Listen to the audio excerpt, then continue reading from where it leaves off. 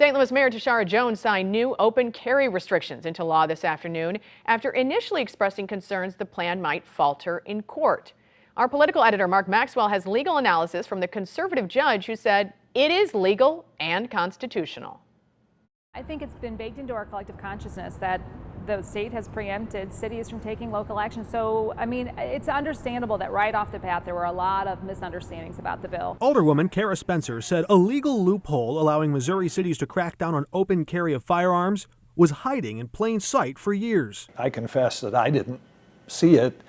When it was enacted, it was brought to my attention. Retired Judge Robert Durker provided legal analysis to Spencer as she guided the plan through the Board of Aldermen. This type of regulation, which is not an absolute ban and does not impose insuperable barriers on people being able to carry weapons, but is a licensing regulation of a type that historically has been upheld. You write at some length about the Second Amendment in your book, The Tyranny of Tolerance. This is a quote, two excerpts from your book, quote, "Along came the illiberal liberals to whom armed citizens are anathema." Another quote, "Liberals have a way of ignoring the truth about the right to keep and bear arms." Your legal analysis here almost looks like you're in league now with these liberals that you criticize.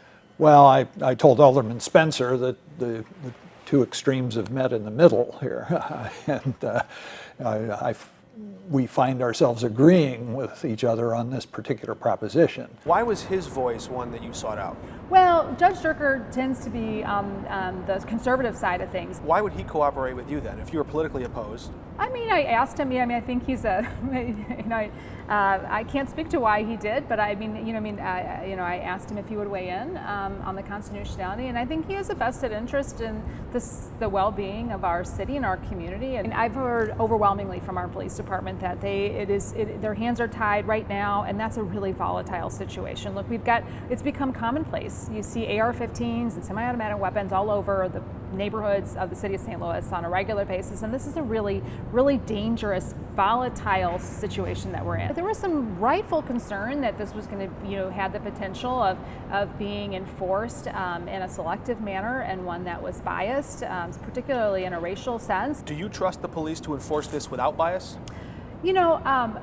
Every single group of human beings has folks that, unfortunately we have a history of some, I would say, unfair policing in the city of St. Louis, and that's been documented. There's no question about that. But overall, I do trust that our police department want to get our guns out of the hands of kids.